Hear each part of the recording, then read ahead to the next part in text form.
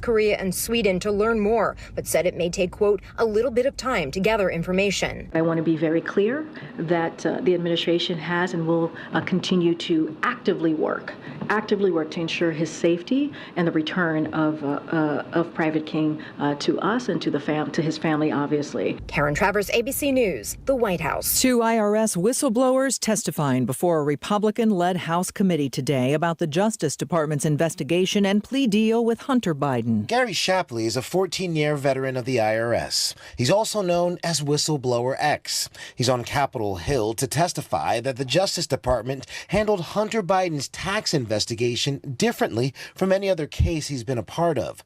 The Justice Department, as well as the Trump appointee leading the case, have disputed the allegations. In June, Hunter Biden struck a deal with the DOJ to plead guilty to a pair of tax-related misdemeanors. He'll likely avoid jail time. Ike Ajachi, ABC News, Washington. Authorities in Alabama offering new details in the case of a missing Alabama woman who reported seeing a toddler on the side of the highway before her disappearance last week. Carly Russell reappeared days later and is with family. Hoover police today played the 911 call and say that they studied that call and could not confirm there was any missing toddler. Police say there doesn't appear to be a threat to the public, and the investigation continues.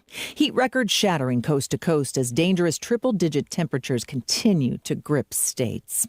You're listening to ABC News.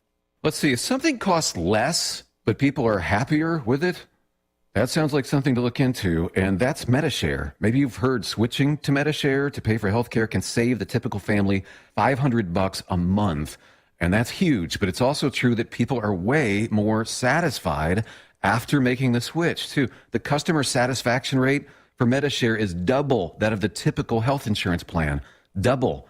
MediShare works. It's been around for more than a quarter century, and members have shared more than $3 billion of each other's bills. People love having telehealth and a huge nationwide PPO network. So, yeah, you can save a ton and like it better. Imagine being happy with how you're taking care of your health care. So if you're self-employed or part of the gig economy, or you just want a plan you're happy with, you can call right now and get a price within 2 minutes. A very, very smart use of 2 minutes. Here's the number you need. 877-26-BIBLE. That's 877-26-BIBLE. 877-26-BIBLE.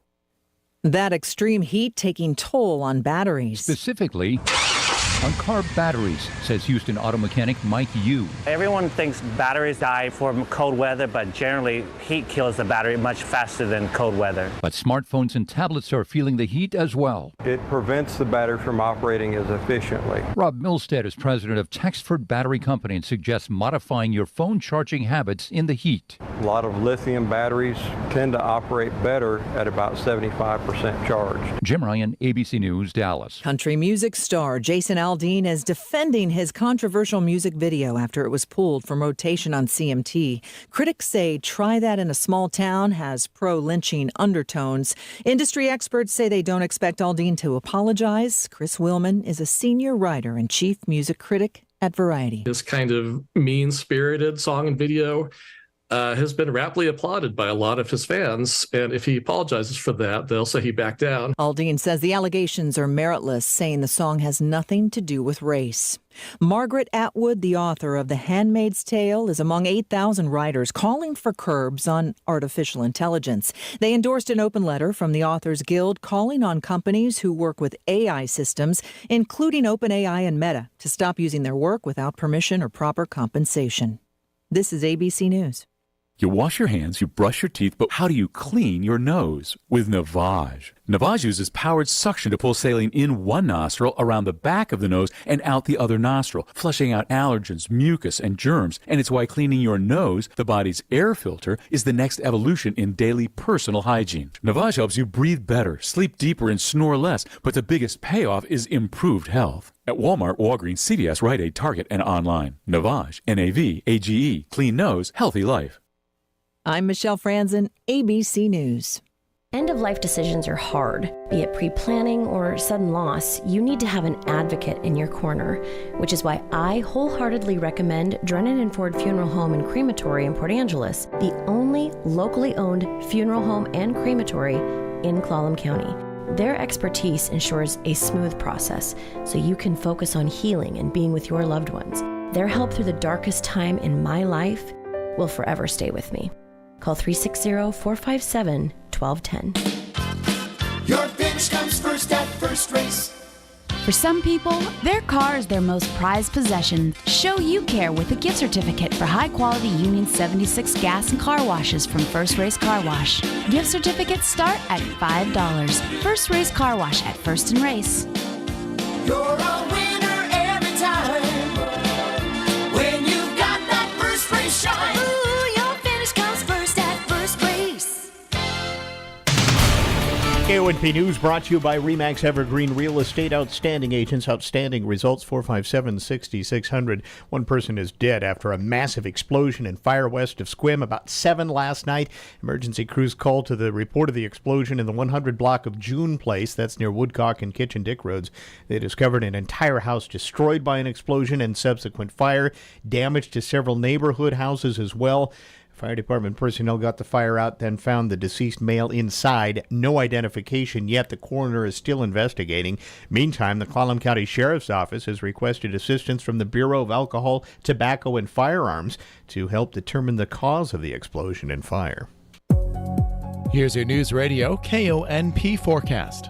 Daytime highs approaching 76 this afternoon under mainly sunny skies. Northerly winds 5 to 10 miles per hour. Lows level off around 56. Tonight, clear skies. Highs level off around 68 tomorrow. Sunshine mixed with clouds at times. Dry with temperatures near average Friday and Saturday and highs in the upper 60s. I'm weatherology meteorologist Paul Trombley. Currently, it's 78 degrees.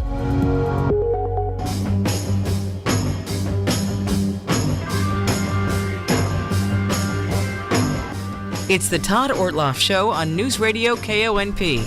Now, here's Todd. All right, so welcome to the show. Lots to cover today. The first part of the program is some talk with it's been a year now officially. I can say that. Susie Ames, who's the president at Peninsula College, who was just 1 year ago. We were chatting about you. Welcome to town and all of that. But here we go. And we'd love to get Susie in about once a month to talk about what's happening with Peninsula College. And there is a lot happening. We'll get to some stuff coming up. But first, I thought we would look back just a bit because, boy, you not only came and impressed yourself on all of us, but you really hit the ground running. This past year, your first year at PC was pretty remarkable and busy.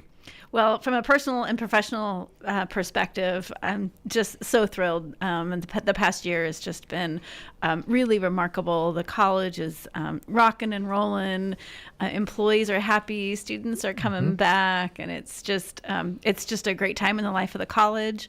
My husband and I are thrilled to be members of the community. We're never leaving. We're retiring here. And well, you sat there last year and said you got your dream job, and I know that you were serious about that. I was, and my expectations were blown through the roof. I mean, I have had my sights at being the president of Peninsula College for 10 years. And so, you might imagine I had some pretty high expectations and some preformed thoughts of what that experience would be like. They were blown out of the water. Good for you. Yeah, All right. yeah. Well, I think we in the community are pretty happy to have you here, too, because it seems to be a pretty good fit. Thank you. I agree.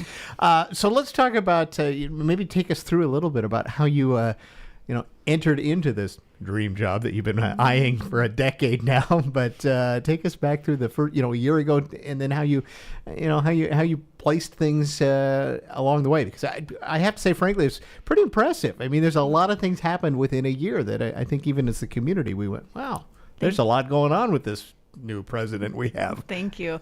Well, as I shared with the college community on our last week before graduation, there's some things that I didn't anticipate. And there's two big ones. And one is the willingness for community leaders to partner. Like, I spent my whole career on I-5. And all you hear is no, no, no. Like, there's not enough time. There's too much bureaucracy. We can't possibly work together. And coming here, without fail, every single community leader said yes.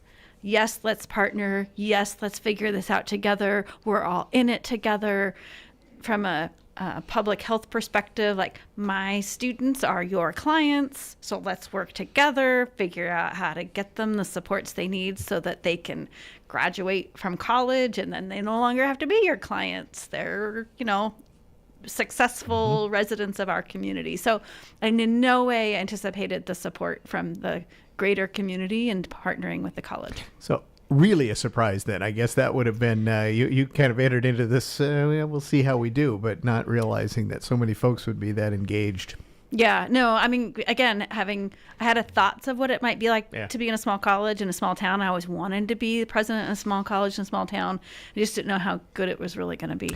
But didn't, correct me if I'm wrong, but a lot of this has to do with outreach. You had tremendous outreach where you literally sat down with folks in business, whatever, and said, what do you need?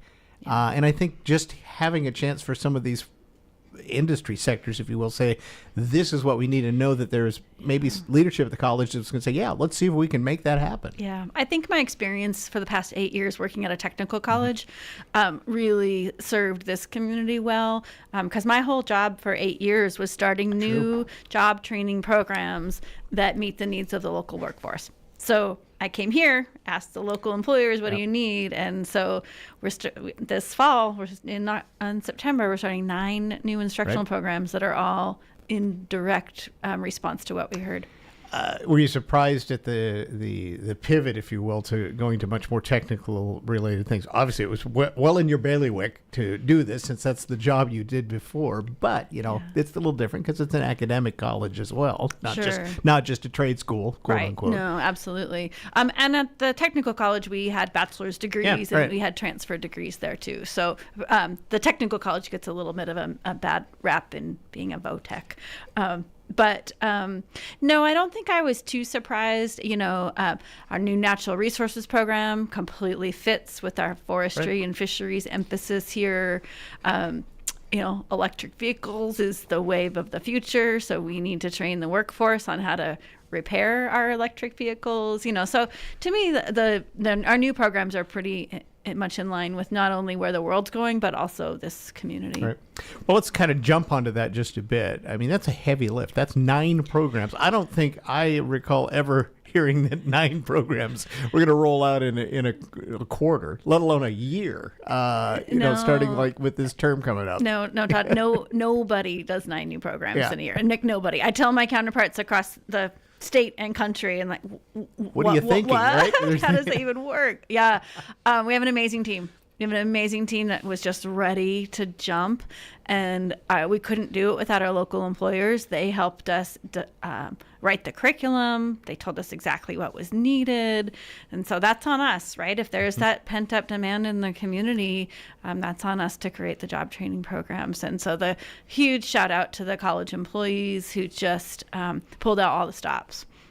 And we talked about this through this past year as well, about just that, was let's find programs that are actually going to get students through certified or whatever needs to happen and get them into a job, and specifically get them into a job here, not just ship them off to another place to get a job. Right. They can do that if they want, but certainly I think the goal is to try to help those employers in this town. Yeah, 100%. And in fact, the state of Washington requires that if a community college is going to start a new program, you have to show the job demand in your local district. And so for us, that's Clallam and Jefferson County. And that then leads into, specifically some of these programs that come out. You already alluded to the natural resources program. I find this one is really kind of unique because, first of all, it's going to be in Forks. And everybody, I think, was surprised that you've not had anything out there until now. Well, here you go. And that has to do with, you heard from the industry folks out there. You've even heard from the state, right, in developing this, that they need people that could do jobs out in the West End. Yeah, I mean, most people know there's no housing in the West End, and that's not something that we're going to be able to fix overnight, but there are jobs there. So from the Department of Natural Resources to the University of Washington to all of our forestry, fisheries companies, our tribes, they can't hire people because there's no place for them to live if they were moving to the West End. And so it's a severely economically depressed region. And these jobs are livable wage jobs. So if we can get them trained in a really short amount of time to work in this industry, stay where you're living, where they probably love living there because it's beautiful, and get you a livable wage job and meet that employer demand too. So it's a win-win all the way around. How is enrollment for that program, for example? It's too early to tell. We do all of our enrollment through mid-September. So So it's not fair to say this is going to just take off right out of the gate. Although I think the indication is there's demand for it. I would be surprised if it doesn't quickly fill up. Yeah, I'm hopeful. Yeah. Okay. So take us through that's just one of the programs. You talked about electric vehicles as another. That's kind of a retool, if you will, of the auto program that kind of went on the side, but now it's back. Right. It's back with a combination of electric vehicle and combustion engine repair. Okay. And the integral design of both natural resources and electric vehicles is it's what we call stackable certificates. So you can literally go to college for 2 or 3 quarters and go out and get a job based on the curriculum that these employers have designed. There are jobs waiting for you. Now, our hope, and I think the employer's hope too, is go out and get that entry-level job in this field and then continue to come back to the college quarter after quarter, get more skills, but you can work that entire time you're doing that. So you don't have that huge opportunity cost you have to invest in 2+ years of education before you get your first job. You get your first job within a year or less. And then advance your career because more certification usually means better paying job, better you move up the ranks a bit. And I wouldn't be surprised if employers pay your tuition if you've shown that you are a high quality employee. Right. Tuition is pennies on the dollar compared to their investment in a new employee, and they're gonna show that you want to continue your lifelong learning in a career that is continuing to advance in technology. All right, so those are 2 of the programs. Take us through what else is coming. Let's see. So maybe you can keep that. I don't know if that's 9. That's a lot to keep in your head. I know, right? So virtual office assistant. And a slew of bachelor's degrees. So behavioral health is a bachelor's degree. So we currently have an associate's degree in addiction studies. It's a freshman, sophomore level education. Tack on the junior and senior level education and get a bachelor's in behavioral health. And not leave Peninsula College to do it. That's the key, correct. Right? And this is a Peninsula College degree. It is. It's applied bachelor's degree in behavioral health. Okay. There are jobs out there in demand, unfortunately, in this addiction studies, behavioral health field. And beyond that, you can also then transfer and get a master's in social work and increase your salary and earning potential beyond. Okay, so you can become a, whatever sort of counseling or something you may want to do down the road. Right, tons of opportunities. Okay. And again, that's a good example too. I mean, it's an unfortunate need that is here, but I know that folks, they're just scrambling for people to plug into this, and it's exacerbating a problem because there's just not enough people to do counseling. There's not enough people to work in the field. No, there just isn't. Employers are desperate to hire people.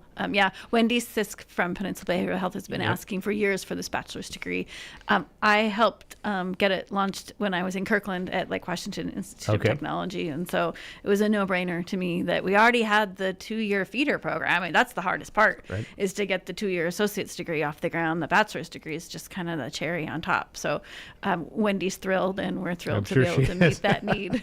That said, and I've asked this before, do you see more expansion of bachelor degrees or 4-year degrees starting to hit at community colleges moving forward, just because of the times we're in?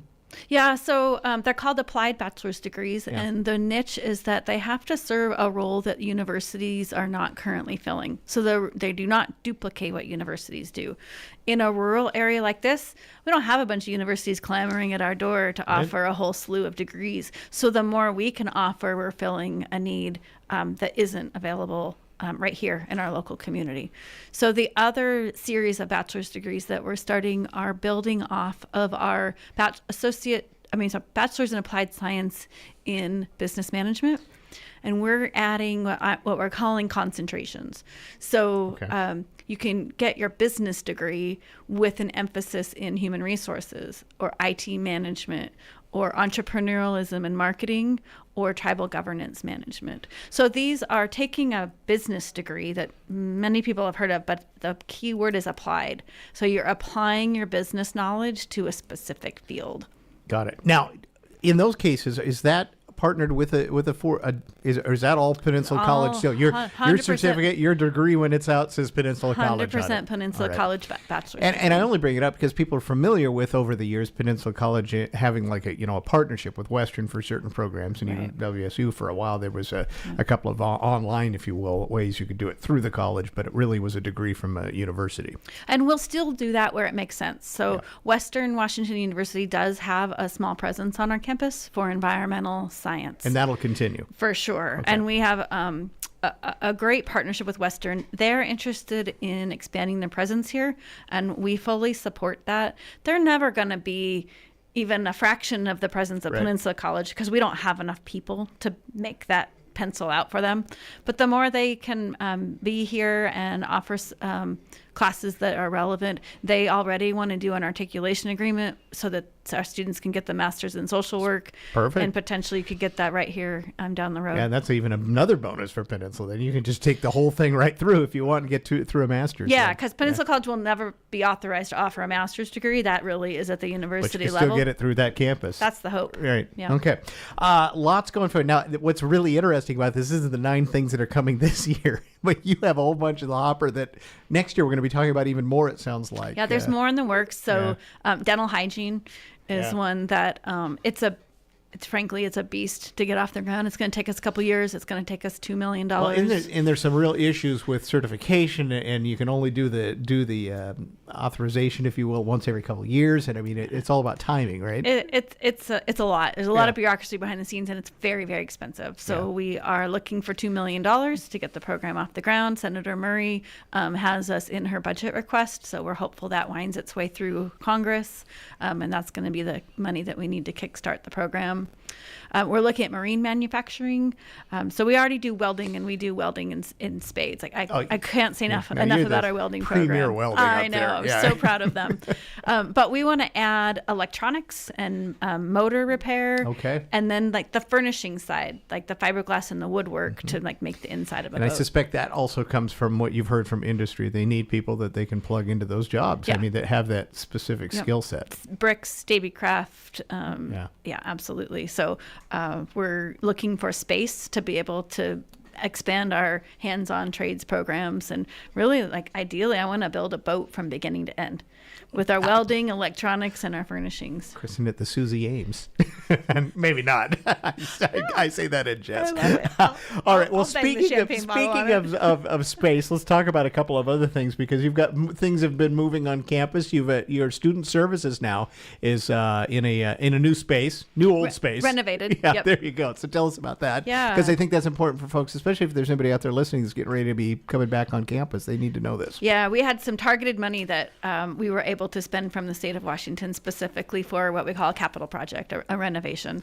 And so our Pirate Central is our one-stop place for new students to come in and get all the services they need. So we renovated Pirate Central to be able to provide better space for staff and students to interact, more efficient, more conducive to the relationships and the work that happens. So students should just feel a little bit more seamless environment when they go to a Pirate Central. And for a new student who hasn't seen the old space, they should just feel all that more welcome, and getting started should just be that much easier.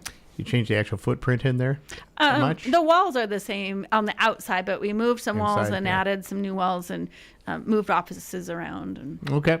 All right. So there's a new thing coming this fall for people, and maybe a surprise for those who've been there before. Right. The other part, you've got a new Board of Trustees member. I can't remember the last time there's been a new board of trustees appointed, but let's talk about that. It has been a very good couple years before we had a new trustee. So Celeste Schoenthaler is our new trustee that the governor just appointed. And we are so thrilled to have Celeste on board. So I know you and I have talked in the past. We started this center on campus where community-based organizations come on campus to provide all those supports and services for our students outside the classroom. You know, navigation to housing and transportation and mental health. All of that, it happened because Celeste made it happen. With her Olympic Community of Health organization, she brought all of her connections. She brought her facilitation expertise. And what I thought was going to be a 2 or 3 year lofty goal was 4 months. So it's up and running. The center exists, and we couldn't be more happy to then think about what it can mean for Peninsula College to have Celeste as one of our own. On the inside, bringing her expertise and her connections and her just amazing skill set. She brings a passion for equity. She knows policies and systems, and she's a great communicator. So as one of my new bosses, I couldn't be more thrilled. Yeah, there you go. All right. Well, congrats on that. Thank you. You got one that you kind of were angling for then, obviously. Okay. And then let's talk about enrollment too. Fall enrollment. Now you mentioned we talked specifically about programs. You're not really sure about, how these individual programs go, but it sounds like your numbers are trending in the right direction, right? The numbers are generally so good. Yeah. I am also Irish and very superstitious. Okay, so don't jinx it too much, I will all tell right? you that from today, last year, this 1 year over, we are up 40%. Amazing. Now, it is very early because we register students all the way up through the start of the quarter. And we have a long way to go to even get to where we were by the time fall quarter started. But to be up 40% year over year is something we're really, really proud of. And we're just super hopeful that it sticks and that we don't just see like a drop in students when you never know. Like, enrollment is such a mystery. Right. You don't know if everyone just showed up in June who normally would have showed up in August. And so it's just going to stall in August. We just don't know. But we're very hopeful. That's a significant number, though. It's a really, now, what is driving that, do you think? Well, I think there's a lot of buzz in the community about the college, about our new programs. And then I also want to give a shout out to our marketing department. So I gave them a charge early on, and I said, I want our advertisements to be edgy and creative. I always tell folks I think higher education across the country needs to get over itself. All those ads that you've seen are just so stodgy, old, dusty book sort of thing. Yes, yeah, and so we need to reach this younger generation and not just promote a diploma, with someone wearing a cap and gown. So our ads are edgy and creative.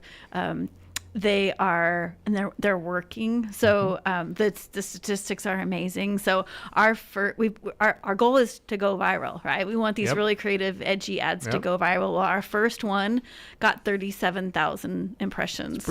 That's pretty impressive for a little Peninsula College ad, right? If you follow the little ad on Facebook, every time it showed up on my feed, thousands and thousands more. The other really cool thing is we can track with analytics who the ads are resonating with, and they're resonating with young men, 25 to 44 years old. And that is a demographic that across the country has really stepped out of education, stepped out from society in a lot of ways. Yeah. So the fact that we're reaching them and they're engaging with our ads have an opportunity for you to fill out a little survey, do a little game, request more information, and so we can also get the demographics from them. So we are seeing more interest in young men from our ads. So that is super exciting that we might be a part of cracking that nut. And part of it too is some of the programming I think we're talking about earlier. I think those might intrigue some people that are in that demographic to say, hey, I've always kind of had an interest in electric vehicles or something like that. I think the auto repair, the outdoorsiness of natural resources, and I think also the idea that we're not telling you got to go to school for 2 years. We're saying start with a couple quarters and get your feet wet and see if you like it. Get a job at the end of those couple quarters, and then we'll talk. Yeah. Oh, and I think that's a perfect message. It's kind of the way we work in society now. Yeah. And frankly, a lot of people, they can't commit like that. Well, and it's overwhelming. I mean, I was the same way when I knew I needed to go back and get my master's degree because my employer was telling me I had to. I was scared to death and I didn't know how I was going to pay for it. I went and talked to the advisor and I said, I'm starting with a certificate. Like, I'm not biting off on a whole MBA right away. Now, they put their hooks in me, and before I knew I was on my way, and I'm pretty sure that's what's going to happen to our students because it's the right thing. But it's very overwhelming to think that you're just going to go full bore as a college student if you've never done it before. Yeah. And especially if you've not been in school for a while too. If you're 30 years old, and the last time you may have been in school is when you graduated high school. We that's get a ways. it. We get it. It's intimidating. And we provide so many supports and services for our students. We really try to demystify it. We try to make it as easy as possible. But at the end of the day, you don't know until you've done it yourself. Right. So with these new programs being being chunked up into little bites. We hope to make it more palatable for people, and then they realize they really can be a college student and they can fit it in with their work and their family life, and we try to make it as flexible as possible. All right, real quick, because next time we have you, we're going to be talking about the fall spectacular, but just a little sneak peek, because this might be another reason that you've opened up the campus. You've got the public coming up there for things like this event. This will be the second time you've done this, coming up in September. Second time, it'll be September 9th, and we're engaging more with the broader community, so it's not just a PC event. So we're going to have the farmers market is going to be on campus. Some, if any local businesses want to have booths and be vendors, reach out to my assistant Trisha Haggerty. And so before it was just PC, and we want to have more of the community presence. Now you're really making it into a community fair. Almost. Yeah, that's what we really want to be, a community fair. This little band, Black Diamond Junction. I don't know. These people, I heard they're playing. They'll go anywhere. Anyway. Yeah. So it's going to be a fun day. It's going to be September 9th. It's all free. It's all for families. The bouncy houses and the climbing walls for kids will be there while the parents can be in the beer garden. So some of the mainstays are going to stay. Okay. There you go. We will chat more about it next month, though, because I know we'll have a few more things firmed up by then. So great. Susie, congratulations on your first year. It's so good to have you in our community. Thank you. I really do appreciate you coming down to fill us in on what's going on in that beautiful place up on the hill. Yeah. That Come so check many it out. people don't know. It's Come such check a it gem. out. It is so beautiful. Thank you. It's my pleasure to be here. Right. Susie Ames is the president at Peninsula College. We're going to take a break, and after we check the news, we'll talk a bit about fun days, which are coming up. There's a lot of fun stuff coming up on Saturday and also Sunday in the second half of the program here, right here in Port Angeles. Stick around. July is the first full month of summer. Don't you just love the longer days and warmer weather? This is Dale from Wilder Auto, and if you've been thinking about a new truck to pull your trailer or tow your boat, we have some great choices for you. Choose from the Tundra, Tacoma, Titan, Frontier, Ram, or the Honda Ridgeline. With tons of new and used vehicles to choose from in the Wilder Vantage, why would you go anywhere else? Stop by or check us out 24/7 at wilderauto.com.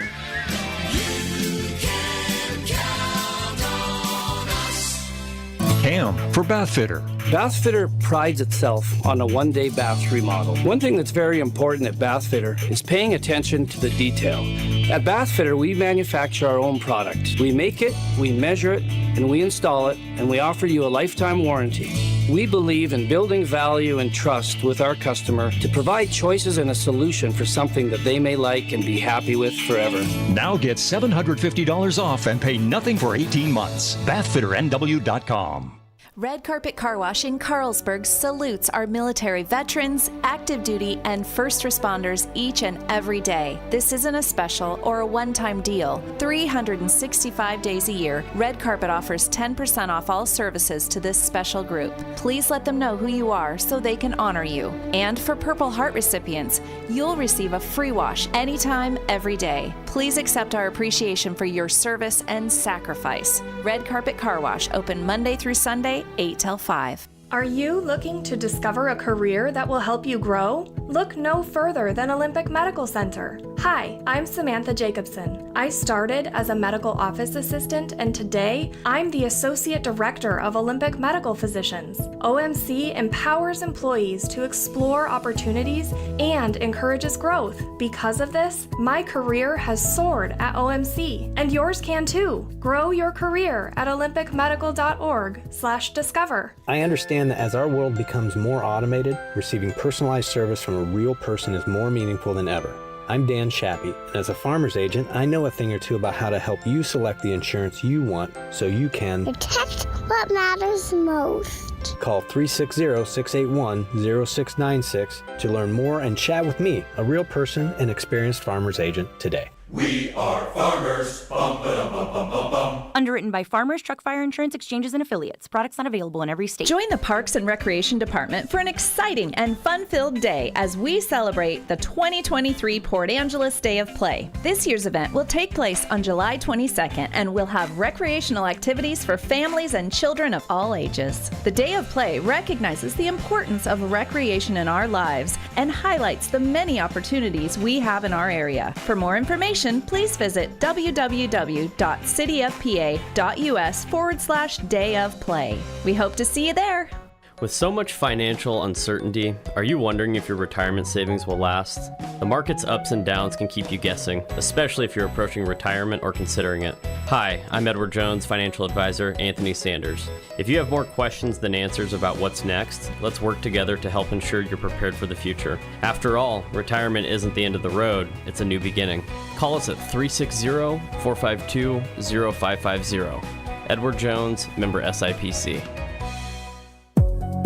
Here's your News Radio KONP forecast. Daytime highs approaching 76 this afternoon under mainly sunny skies, northerly winds 5 to 10 miles per hour. Lows level off around 56. Tonight, clear skies. Highs level off around 68 tomorrow. Sunshine mixed with clouds at times. Dry with temperatures near average Friday and Saturday and highs in the upper 60s. I'm weatherology meteorologist Paul Trombley. Currently, it's 78 degrees.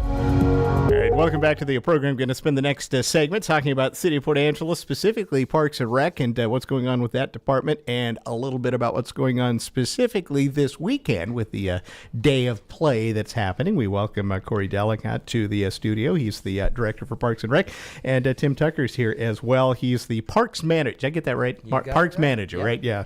We'll be chatting with both of them here for the next few minutes. Corey, let's talk a little bit just kind of what's going on in your department these days. It's been a while since we've even chatted about what's new and what's not at Parks and Rec. Well, thanks for helping us. Well, we've had a big turnover in our department. So when I went into management, we had a really talented maintenance staff. And I didn't really need to focus on the maintenance part of it. So it gave me a chance to just kind of redo our department, get our department back together first. And since then, we've had to make some changes. Since the pandemic, we've had 11 full-time staff retire with over 231 years of experience. And 3 of those employees were over 40 years. So we also lost our senior center manager and our administrative specialist. So we are in a complete rebuilding mode. It's taken us about 2 years. And we're also been struggling to find seasonals. Right. That's been a big issue, I know. I mean, and that's an important, this is the time of year you need those types of folks. And it's been tough. Yeah. In the past, we usually would hire between 15 to 18 seasonals. I believe last year we had 6, and for most of the year we had 7. And so what that does, it takes away from our full-time staff to get things done that we really want to get done instead of them just doing routine maintenance. Is that driven by just kind of the same things that everybody's having issues with? Hiring people. Yep. I mean, everybody's having a tough time getting employees. It really is. And it's kind of affected some of our programs. That's why you don't see the beautification program downtown. And we're getting a lot of complaints about that, but we just don't have the bodies to run those types of programs. So what do you do except come on the radio and say we need some more help? Right. I mean, what's the strategy? I mean, we just have to look at what we're not doing well and what we're doing well and what's going to be best for the community. And that's our main focus.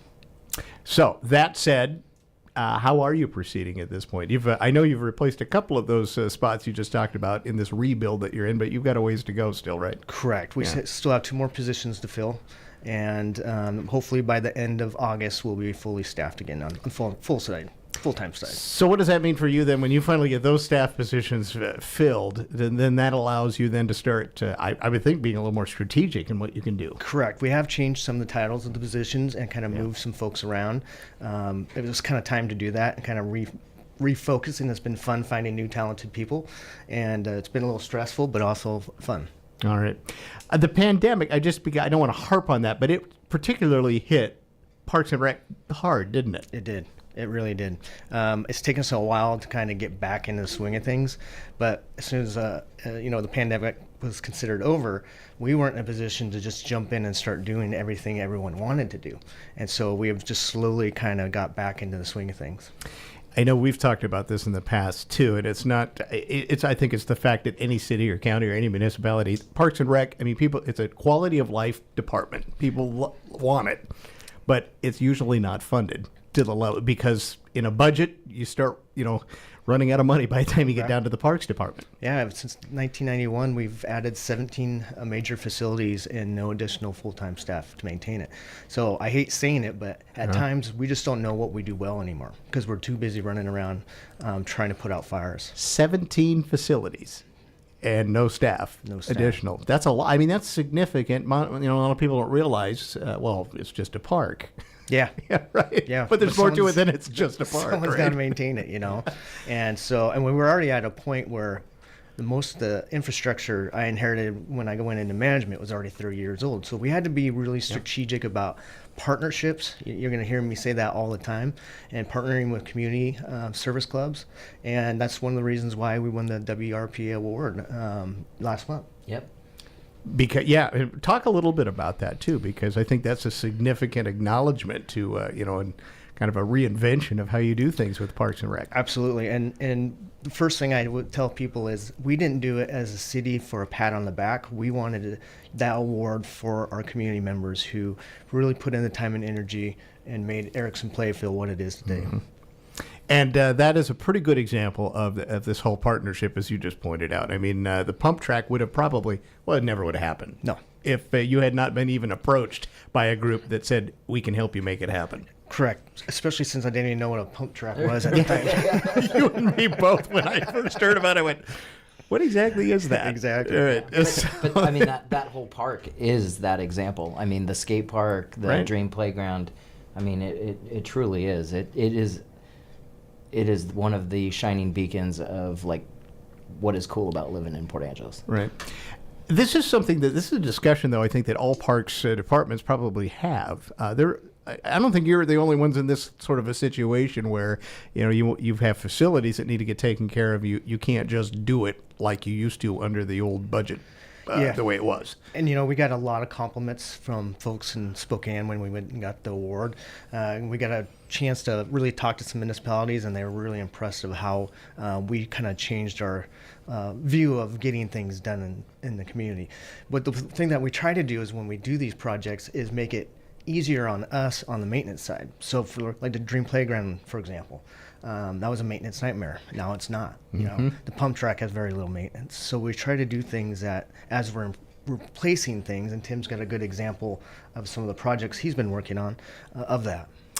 Before we get to Tim, I just have to ask you this one because I know you get this. People want to give you something. They want to see the city ought to take this over. And I know you, Corey, say, I would love to have that, but oh my gosh. Yeah. Who's going to run it? Exactly. And another example is people always want to donate, give us property and for future parks. And then just at this time, there's just no way. Yeah. It's amazing, actually, sometimes. Now that you've shared those numbers, I knew you were down. I didn't realize it was down that much. So that's actually pretty impressive to get what you can get done. Exactly. Right now. I mean, there's only so many days, so many hours in a day. And it just goes to the dedication of our staff. I mean, they love what they do, and they're good at what they do. And I'm super proud of them every day. All right. Well, with that said, let's turn over to Tim for a moment, and we can talk about some projects that are kind of going on right now. Yeah, sure. I hate to say it, but I guess you're adding to workload. Maybe I'm not sure. Oh, yeah. So, Tim, let's highlight those some things that are going on with the department. Well, I mean, I think Corey's point about facilities. I mean, one thing I'm about 2 years into this job, right? Yeah. Yeah. And I mean, it was fascinating to me, really. There is parks, but we really call ourselves parks and facilities because so one project that I've been on we're going into the third year of is like the ODT repair and maintenance, and that is a parks facility. It's I mean, we maintain a good chunk of that between Red Lion and Four Seasons. There was a lot of deferred maintenance there because of some things between county and city and trying to figure out who's doing what. It's taken about 3 years to get out of a repair phase and back to a maintenance phase. It's taken that long, and we're just wrapping up one of the last big kind of seawall failures, and we've are back to maintaining ditches and and culverts and the things that kind of keep water moving, and and now starting to work with our upland neighbors to work on management practices that'll keep the hill it from falling down again, right? Yeah, and from them losing property. Though. So it is a reality. But I mean, that's another example of. I mean, that's a $200,000 plus program a year just to get into a maintenance phase, and that's not repair. So that's been exciting. That's been fun, and boy, I can tell you that the tourism that comes through on that trail is just amazing. There's so many bike packers coming through there now, and that's great. One that's been really wonderful for us is the pier railings. Yep. I mean, that's been on a lot of people's minds, the pier, and we're really happy, as Corey talked about, getting to a phase where things are low maintenance. So we put in all galvanized railings, and there's a cost to that, but it means that we're not going to have to paint. It means that it's all comes in and compartmentalized. So when we have a section that maybe fails or gets damaged, it's really easy for us to just kind of undo that one little piece and pull it out and have the fabricator give us a new piece. And we're going into our second phase of that, and we should have that project completely wrapped up by October. Okay. So. And it looks great, too, by the way, what's down there so far. I think people are really impressed with it. And part of that, too, is we talk about just the issues that happened out of the pandemic and the economy. They would have loved to have this done earlier, but it was a supply chain issue, if anything else, right? Yeah, we've run into so many supply chain issues. I mean, I know everyone's tired of hearing that one. Tired of hearing it. Right. and then I think the most exciting one that we've got that's going to start here in August is the volunteer play field. We're going to redo the infield and turn that into AstroTurf, so that we can prolong the playing season. We can extend the different types of users, age groups, and so kind of expand the possibilities of that, improve the drainage there. But again, it's a maintenance motivator. I'm sure Nolan has come on here and talked about their project and the studies that they did about the labor costs in those issues. And one of Park's mantras is that it's kids first. Yep. And we have a really thriving baseball community, and those lining those fields, taking care of those fields, that's not just dirt out there. That's a very it's a very particular monster, and it takes a lot of time. I mean, over half of our staff is working on recreation fields when we are up and running. It starts to pencil out if you can start replacing some of these with some sort of an artificial surface. Correct. And surfaces now are way better than they used to be. Oh, I mean, this isn't the Astrodome days or Yeah, anything. with In the Kingdome days, with right? cement For that, underlayment. right. And this is, they're great. All right. So lots going on. Lots going on. Actually, so that project's starting here in a few weeks then. And again, in those, just to do a shout out again to our community and partnerships. Right. I mean, the volunteer, it's called Volunteer Field for a reason, and they're still there. There's a wonderful group that's donating, probably somewhere around $200,000 in material and time and labor and cash donations, and wow, couldn't do it without them. Absolutely. All right, before we run out of any time, let's talk about Day of Play, because that's a fun thing that's coming up, and you guys want to chime. Who's chiming in on this? Is this going back to we're going back to Corey on this one. I'll take this one. But that's Saturday. That is Saturday, and you've got a big. It's back and it's bigger. I guess that'd be a good way to put it. It is. So a few years back, we wanted to do something for July. So that's Parks and Recreation Month. And we didn't really have anything because we've become a facilitator of recreation in the community now. And so we, like Tim said, we're Parks and Recreation and facilities more so than recreation. Yeah. And so we wanted to kind of partner and show off our partners that we do work with. And I think the first year we had 7 or 8, and about the same the second year. Then the pandemic hit. And we have a new employee, Carter Droz, and he's like, "Can I bring this back?" And I said, "Sure." And he's pretty much ran with it. So first, Tim had to convince me to do it again.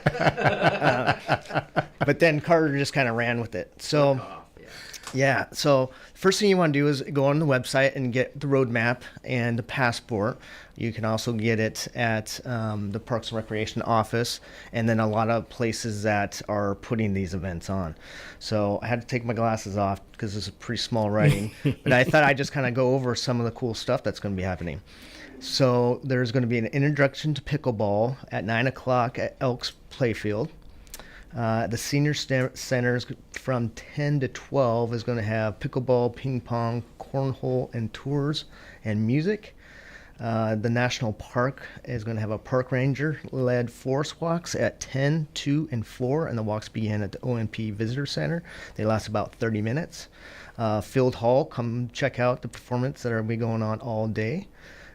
Play disc golf at Lincoln Park between 9 and 12. They'll have people there to teach you if you don't know how to play. The Fierro Marine Life Center is having learn how to identify our local marine mammals from 10 to 4. The Rowing Association is going to be at Hollywood Beach from 10 to 2 and have rowing lessons. The Farmers Market, there's going to be from 10 to 2, planting station for kids. NOAA is going to, at the second floor of the wharf, is going to have a scavenger hunt between 10 and 5. Wellies, you can pick up a free coloring page and show off your artwork for a stamp on your passport. Carter's got a lot on here. Good thing we still have a few minutes here. El Wacom Tribe Museum, they got free admission to come look at stuff. And Webster Woods, between 11 and 4, is going to have a scavenger hunt. The Yacht Club is doing boatings from 12 to 3, so you could go out and ride in the harbor for free. The Tennis Club from 12 to 2 at Erickson is going to have tennis lessons. There's going to be kids' music at Erickson Park at noon. And in collaboration with JFFA, they're going to have a band playing at Erickson from 5 to 6:30. Bring your dinner and camp chairs, it says. First Federal from 1 to 2 will have a cornhole, sidewalk chalk, and complimentary ice cream from Joey's Treat Truck. And the library is going to have yard games, giant bubbles, parachute play, and sidewalk chalk from 2 to 4. And the YMCA is going to have a bouncy house from 2:30 to 4:30. If that wasn't enough for you to write all that down, you can actually go onto the city's website. Go to cityofpa.us. There's a link right on the front page that gives you the whole rundown, but it's all free. That's the best part about it. That's the best part. Yeah. It's so stuff for families to do. And really intended to get people out just to have fun in Port Angeles, hence the name, Day of Play. Day of Play. Yeah, right. So lots going on. We have to have you guys come back again. We're going to get the most specific. I want to get you back. We're going to talk about the Preserve the Four project, because I think that's a cool one, but that's just getting off the ground. So there's lots going on with Corey's department that I think the people in PA are probably keen to hearing a little bit more about. So, but get out and have some fun on Saturday. Go to cityofpa.us. You can click on the whole schedule there if you missed all of that.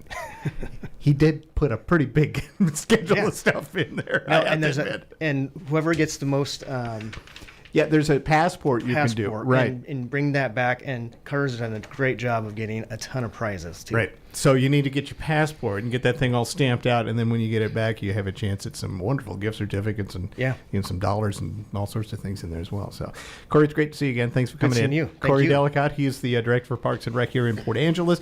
And Tim Tucker, who's the Parks Manager. Good to see you again, Tim. Thanks for coming down. Great to see you. And we'll definitely be getting you two back in here to talk about some of the projects going on. We're going to take a quick break, and we'll wrap things up right after this. Red Carpet Car Wash in Carlsberg salutes our military veterans, active duty, and first responders each and every day. This isn't a special or a one-time deal. 365 days a year, Red Carpet offers 10% off all services to this special group. Please let them know who you are so they can honor you. And for Purple Heart recipients, you'll receive a free wash anytime, every day. Please accept our appreciation for your service and sacrifice. Red Carpet Car Wash, open Monday through Sunday, 8 till 5.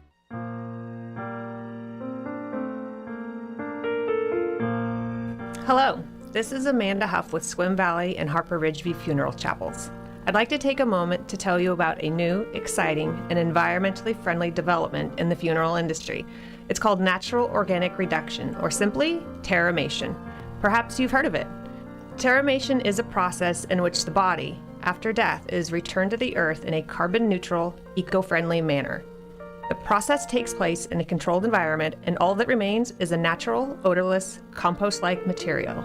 If you'd like more information about terramation and advanced planning, call us today at Harper Ridgeview in Port Angeles or Sequim Valley Chapel in Sequim, and one of our knowledgeable and caring funeral professionals will assist you in answering your questions. Harper Ridgeview and Sequim Valley Funeral Chapels, because your loved ones deserve the best.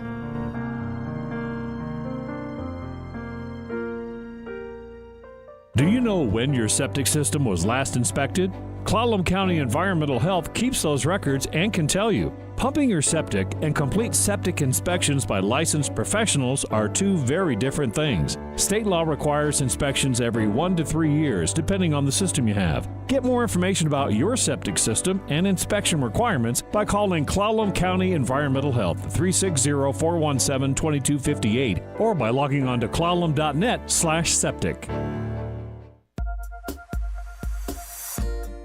Hi, this is Clallam PUD. Did you know we have a program where you can help those less fortunate pay their electric bills? It's called our Neighborly Assistance Program. You can make a one-time or recurring contribution to a fund that assists qualified low-income residential customers. Find out more or print the enrollment card by visiting clallampud.net and entering Neighborly Assistance into the search bar. Your community thanks you for your generosity. Clallam Transit System now offers free fare for veterans. Veteran ID cards are issued at the Transit Administration Office Monday through Friday from 9 till 4 p.m. at 830 West Lauridsen Boulevard in Port Angeles. The free fare applies to all Clallam Transit services, including Fixed Route, Dial-A-Ride, Interlink, and Clallam Connect. More information and an online application can be found at www.clallamtransit.com/veterans. Thank you for your service. Right, in our last couple of minutes, we want to talk about one other thing that's happening on both Saturday and Sunday here in Port Angeles, and it's a chance for the community to go take a look inside and absorb, if you will, performances at the new Field Arts and Events Hall. And Kayla Oakes, who's Director of Education and Artistic Engagement for Field Arts and Events Hall, joins us for a couple of minutes about the community, the Hall for All, I think. Is that what we're calling the Community Days? Yeah, one of our taglines here has become Field Hall for All, because we are really trying to, as we open up and start offering more consistent programming, to create a schedule of events that is accessible. And so we may have some ticketed events at a higher price range, some at a more reasonable price range, some pay what you can. And as this weekend is designed, it's a free community event, so there are no reservations or tickets required. You can just pop in at any point in the day, and it's festival style. We'll have live performances going on in the Donna M. Morris Theater throughout Saturday and Sunday. So give us a flavor, because it's kind of two different styles of things you'll hear. Saturday is going to be a little amplified, I guess, and then unplugged is what you have on Sunday. Right. Yeah, we wanted to mix it up a little bit and give each day its own flavor. And Saturday is our amplified day, with a couple exceptions, but mostly we have, bands like, I don't know if you've heard of them, Todd, that Black Diamond Junction. Those guys, I don't know. Anyway, yeah. I know. And we have, lots of local bands with a big sound, although midday we will take it down a notch or two, and we have some experimental music by Hermit Maiden, which is going to be a unique experience for everyone, something they probably haven't experienced before. And then we also have a really special presentation on Saturday midday by Ross Hamilton Photography. He's a well-known local photographer, and after that concludes, then we'll pick things up again with back some up more. With some rock and roll That's and right. stuff. Yeah, right. That's right. And then Sunday is definitely our unplugged. We're going to, pull that drum kit off the stage and make a little bit of room for some more theatrical performances. We have Studio 360. They're presenting Peter and the Wolf. We have the newly branded Sylvia Joyce Warner School presenting some student choreographic work. and senior solos. We have Wanda Fuca Foundation for the Arts in partnership with PA Panto. They are presenting their Creative Arts Camp creations, Peninsula Queer Choir, and then we have a lot of more mellow sort of acoustic music, duos, solos. We're ending that day with Squim City Band, and this will be the real test because they are bringing 66 performers to fit on our stage. And so Tyler, their director, and I are really eager to see how this is all going to shape up. But it'll be a fun day to see, what the venue is capable of. All right, Kayla, the price is great. It's all free, so come and enjoy this new beautiful facility, all the great local performers. And Kayla, thank you so much for coming on for a few minutes. We only had a little bit of time, but it was enough to tell people, get down to Field Hall this Saturday and Sunday. Yes, do it. We can't wait to see you and share this venue with everyone. All right. Thanks, Kayla. That's going to do it for our program, and ABC News is up next. Weeknights on ABC News Live. More legal trouble for former President Trump after receiving a target letter from special counsel Jack Smith, this time on charges related to attempting to overturn the 2020 election. ABC's Jonathan Karl